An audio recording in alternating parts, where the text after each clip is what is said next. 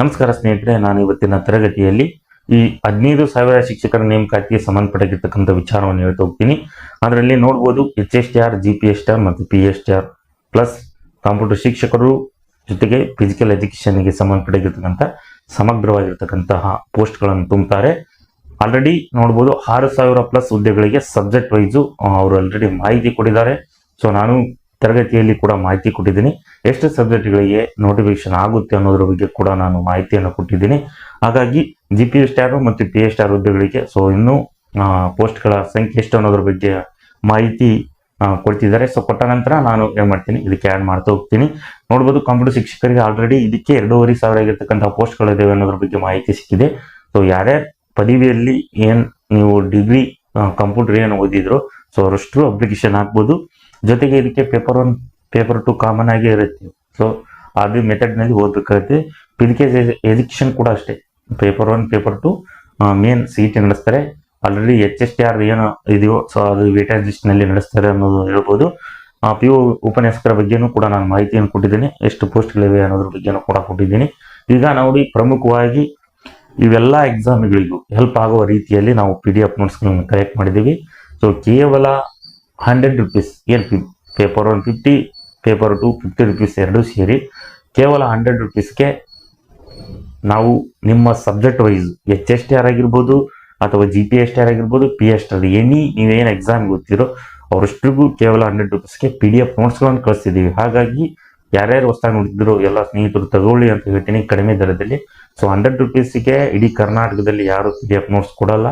So ನಾವೇನಪ್ಪ ಅಂದ್ರೆ ನಿಮ್ಮ ಒಂದು ಹೆಲ್ಪ್ ಆಗಲಿ ಅನ್ನೋ ಒಂದು ಉದ್ದೇಶದಿಂದ ನಾವು ನೋಟ್ಸ್ಗಳನ್ನು ಕಳಿಸ್ತಿದ್ದೀವಿ. ಸೊ ಇದಕ್ಕೆ ಮಲ್ಟಿ ಆಗಿರ್ತಕ್ಕಂಥ ಕ್ವಾಲಿಫಿಕೇಶನ್ ಇರ್ತಾರೆ. ನೋಡ್ಬೋದು ಈಗ GPSTR, HSTR, GPSTR ಎರಡೂ ಎಕ್ಸಾಮ್ ಬರೀತಾರೆ. ಸೊ ಇವೆರಡೂ ಎಕ್ಸಾಮ್ ಹೆಲ್ಪ್ ಆಗೋಲಿ ಕೇವಲ 100 ರೂಪೀಸ್ನೇ, ಎಕ್ಸ್ಟ್ರಾ ಏನು ಪೇ ಮಾಡೋದಿಲ್ಲ. 100 ರೂಪೀಸ್ಗೆ ನಾವು ಅದೇ ರೀತಿಯಲ್ಲಿ ಮೆಥಡ್ನಲ್ಲಿ ಕಳಿಸ್ತೇವೆ. ಸೊ ನಾನು HSTRಗೆ ಅಷ್ಟೇ ಬೇಕ್ರಿ, ಒಂದು ಸಬ್ಜೆಕ್ಟ್ ಇದೆ ನಮಗೆ ಅನ್ನೋದಾದ್ರೆ ಸೊ ಪೇಪರ್ 1 ಪೇಪರ್ 2 ಎರಡು ಸೇರಿ 100 ರೂಪೀಸ್ನೇ ಕಳಿಸ್ತೀವಿ. ಜೊತೆಗೆ PSTR ಓದೋರಿಗೂ ಕೂಡ ಇದೆ, ಕಂಪ್ಯೂಟರ್ ಶಿಕ್ಷಕರಿಗೂ ಕೂಡ ಇದೆ, ತಗೋಬಹುದು. ಇಂಗ್ಲಿಷ್ ಮೀಡಿಯಂ ಆಗಿರ್ಬೋದು, ಕನ್ನಡ ಮೀಡಿಯಂ ಆಗಿರ್ಬೋದು ಮತ್ತು ಹಿಂದಿ ಸಬ್ಜೆಕ್ಟು ಹಲವು ರೀತಿಯಾಗಿರ್ತಕ್ಕಂಥ ಸ್ನೇಹಿತರಿಗೆ ಹೊರಗಿನ ಸೋರ್ಸ್ ಸಿಗಲ್ಲ. ಸೊ ನಮ್ಮ ಹತ್ರ PDF ನೋಟ್ಸ್ ಅದಾವೆ. ಸಾಹಿತ್ಯದ ಬಗ್ಗೆ ಇದೆ, literature, English literature, grammar, any languages, any subject ಎಲ್ಲ ಸಬ್ಜೆಕ್ಟ್ಗಳಿಗೆ ನಾವು ಕೊಡ್ತಿದ್ದೀವಿ. ಕಂಪ್ಯೂಟರ್ ಬಗ್ಗೆನೂ ಕೂಡ ಇದೆ, ಇಂಗ್ಲಿಷ್ ಮೀಡಿಯಂನಲ್ಲಿದೆ, ಕನ್ನಡ ಮೀಡಿಯಂನಲ್ಲಿದೆ, ಫಿಸಿಕಲ್ ಎಜುಕೇಶನ್ ಕೂಡ ಇದೆ. ಪೇಪರ್ 1 ಇದೆ, ಪೇಪರ್ 2 ಇದೆ, ಪೇಪರ್ 1 ಪೇಪರ್ 2 ಇದೆ, PSTR ಪೇಪರ್ 1 ಇದೆ, GPSTR ಪೇಪರ್ 3 ಮಟನೂ ಕೂಡ ನೋಟ್ಸ್ ಕೊಡ್ತೀವಿ. HSTR ಪೇಪರ್ 1 ಪೇಪರ್ 2 ಕೂಡ ಕೊಡ್ತೀವಿ. ಸೊ ಇವು ಮಲ್ಟಿ ಆಗಿರ್ತಕ್ಕಂಥ ನೀವು ಕ್ವಾಲಿಫಿಕೇಶನ್ ಸಬ್ಜೆಕ್ಟ್ ಏನಿರುತ್ತೋ ಸೇಮ್ ಅದೇ ದರದಲ್ಲಿ ಅಷ್ಟು ನೀವು ಸಬ್ಜೆಕ್ಟ್ಗಳನ್ನು ಹಾಕ್ತೀವಿ. ಮತ್ತು PU ಉಪನ್ಯಾಸಕರು ಕೂಡ ನಾನು ಇದರ ಬಗ್ಗೆ ಮಾಹಿತಿಯನ್ನು ಕೊಡ್ತಾ ಹೋಗಿದ್ದೀನಿ. ಸೊ ಎಲ್ಲ ಸಬ್ಜೆಕ್ಟ್ಗಳಿಗೂ ಇದ್ದಾವೆ. ಕೇವಲ PU ಉಪನ್ಯಾಸಕರಿಗೆ ಮಾತ್ರ 50 ರೂಪೀಸ್ಗೆ ನಾವು ಸಬ್ಜೆಕ್ಟ್ ವೈಸು ನೋಟ್ಸ್ಗಳನ್ನು ಕಳಿಸ್ತಿದ್ದೇವೆ. ಸೊ ಮತ್ತು ಪ್ಲಸ್ ಇದರ ಜೊತೆಗೆ ಏನು ಮಾಡ್ತೀವಪ್ಪ ಅಂದರೆ ನೋಟ್ಸು ಕೊಟ್ಟ ನಂತರ ನೀವೇನು ಮಾಡ್ತೀವಿ, ಲಾಸ್ಟಿಗೆ ವಾಟ್ಸಪ್ ಕಮ್ಯುನಿಟಿ ಗ್ರೂಪ್ ಅಂತ ಕಳಿಸ್ತೀವಿ. ಅಂದರೆ ನೀವು ನೋಟ್ಸ್ ತಗೊಂಡ ನಂತರ ಪ್ಲಸ್ ಏನು ಮಾಡ್ತೀವಪ್ಪ ಅನ್ನೋದಾದರೆ ಡೈಲಿ ದಿನನಿತ್ಯದ ನಮಗೆ ಉಚಿತವಾಗಿರ್ತಕ್ಕಂಥದ್ದು ನಿಮಗೆ PDF ನೋಟ್ಸ್ ಕಳಿಸ್ತೀವಿ. ನಮಗೇನಾದರೂ ಮಾಹಿತಿ ಸಿಕ್ಸಿದ್ರೆ PDF ಫೈಲ್ಸ್ ಏನೋ ಸಬ್ಜೆಕ್ಟ್ ವೈಸು ಸೊ ಅದನ್ನ ನಾವು ಫಾರ್ವರ್ಡ್ ಮಾಡ್ತೀವಿ. ಸೊ ನಿಮ್ಮ ಸಬ್ಜೆಕ್ಟ್ ವೈಸ್ ಇರ್ತಕ್ಕಂತಹ PDF ಅನ್ನು ಡೌನ್ಲೋಡ್ ಮಾಡ್ಕೊಂಡು ನೀವು ಸ್ಟಡಿ ಮಾಡ್ಬೋದು. ಸೊ ಅದ್ರ ಜೊತೆಗೆ ಇದನ್ನು ಕೂಡ ಇದೆ. ಹಾಗಾಗಿ ನೀವು ಎಲ್ಲರೂ ತಗೋಬೇಕು ಅಂತ ಹೇಳ್ತೀನಿ. ಒಂದು ಚೆನ್ನಾಗಿ ಓದಿ. ಸೊ ನಿಮ್ಮ ಪುಸ್ತಕಗಳನ್ನು ಓದುವುದ್ರ ಜೊತೆಗೆ ನಾನು ಹೇಳ್ತಾ ಹೋಗಿದ್ದೀನಿ, ನಿಮ್ಮ ಪ್ಲಸ್ ಅಧ್ಯಯನ ಪ್ರಮುಖವಾಗಿರ್ತಕ್ಕಂಥದ್ದು. ಹೊರಗಿನ ಸೋರ್ಸ್ ಏನು ಹೆಚ್ಚಿಗೆ ಓದ್ತಿರೋ ಸೊ ಅದೇ ರೀತಿಯಾಗಿರ್ತಕ್ಕಂಥ ಈ ಎಲ್ಲ ಎಕ್ಸಾಮ್ಗಳನ್ನು ನೀವು ಸಕ್ಸಸ್ ಆಗ್ತೀರಂತ ಹೇಳ್ಬೋದು. ಸೊ ನೀವು ಏನಪ್ಪ ಅನ್ನೋದಾದ್ರೆ ಎಲ್ಲ ಸಬ್ಜೆಕ್ಟ್ಗಳಿಗೂ ಗ್ರಿಪ್ ಇರಬೇಕು. ಮೆಂಟಲ್ ಎಬಿಲಿಟಿ ಆಗಿರ್ಬೋದು, GK. ಸೊ ನಿಮ್ಮ ಸಬ್ಜೆಕ್ಟ್ ಏನು ಆಪ್ಷನಲ್ ಸಬ್ಜೆಕ್ಟ್ ಇದೆಯೋ ಸೊ ಅದಕ್ಕೆ ಅಷ್ಟೇ ಅಲ್ಲ, ಉಳಿದಿರ್ತಕ್ಕಂಥ ಸಬ್ಜೆಕ್ಟ್ಗಳಿಗೂ ಕೊಡಬೇಕು. ಉದಾಹರಣೆ ಹೇಳ್ಬೇಕಂದ್ರೆ ಈ ಕಂಪ್ಯೂಟರ್ ಮತ್ತು ದೈಹಿಕ ಶಿಕ್ಷಕರು ಸೊ ಅವರು ಸಪ್ರೇಟ್ PE ಎಜುಕೇಶನ್ ಮತ್ತು ಕಂಪ್ಯೂಟರ್ ಓದಿರ್ತಾರೆ. ಸೊ GK ಅಲ್ಲಿ ಈಗ ಮೈನಸ್ ಆಗಿಬಿಡುತ್ತೆ. ಸೊ ಅದನ್ನ ನೀವು ಈಗೇನೆ ಕವರ್ ಮಾಡ್ಕೊಳ್ಳಿ. ಈಗ ನೋಟಿಫಿಕೇಶನ್ ಆದರೆ ಕೇವಲ 1 ತಿಂಗಳಲ್ಲಿ ಅದು ಸಾಧ್ಯ ಅಲ್ಲ ನಾನು ಓದ್ತೇನೆ ಅನ್ನೋದಾದ್ರೆ. ಸೊ ಈಗ ಟೈಮ್ ಇದೆ, ನೋಟಿಫಿಕೇಶನ್ ಇನ್ನೂ ಆಗಿಲ್ಲ. ಸೊ ಇದೇ ಟೈಮ್ ನಿಮಗೆ ಓದುವ ಸಮಯ ಅಂತ ನಾನು ಹೇಳ್ಬೋದು.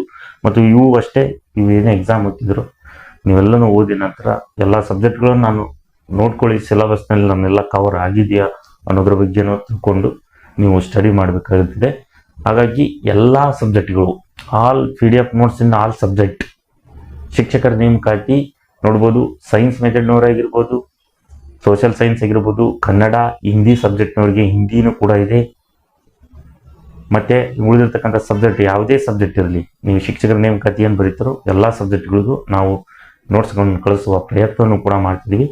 ಸೊ ಇದೊಂದು ನೀವೇನಾದರೂ ಅಮೌಂಟ್ ಪೇ ಮಾಡಿ ಕಳಿಸಿದ ನಂತರ ಹಾಗೆ ಒಂದು 5 ನಿಮಿಷದಲ್ಲೇ ನಾವು ನೋಟ್ಸನ್ನು ಕಳಿಸ್ತಿದ್ದೀವಿ ಅಂತ ಹೇಳ್ತೀನಿ.